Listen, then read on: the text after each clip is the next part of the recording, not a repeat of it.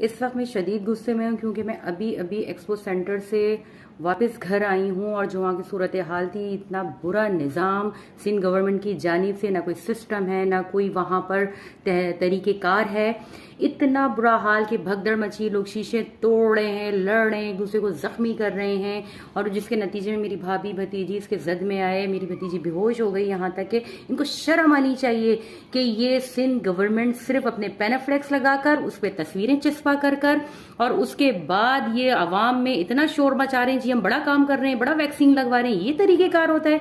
इनको सिर्फ लॉकडाउन इसलिए करना है कि ये सिर्फ ताजिर बरादरी से पैसा लूटें, पैसा बनाएं। ठीक है, ये करोना जाकर देखें आप। अभी मैं जो देख कर आ रही हूँ, एक के ऊपर एक अवाम गिर रही है, कोई एसओपीज का ख्याल नहीं है, कुछ नहीं है। ये सिस्टम है, ये तरीकेकार है सिंध गवर्नमेंट का। ये लॉकडाउन लगाकर ये लोगों को बचाना चाहते हैं, ये कोरोना बढ़ा रहे हैं, बचा नहीं रहे। इनको शर्म आनी चाहिए। जो सूरत हाल आज मैंने देखी, इनको तो चाहिए घर घर जाकर अपनी टीम्स भेजें, घर घर जाकर वैक्सीन लगाएं, जिसे पोलियो के कतरे पिलाए जाते हैं जिस तरीके से। इनको शर्म नहीं आ रही है। मुझे इतना शदीद गुस्सा है।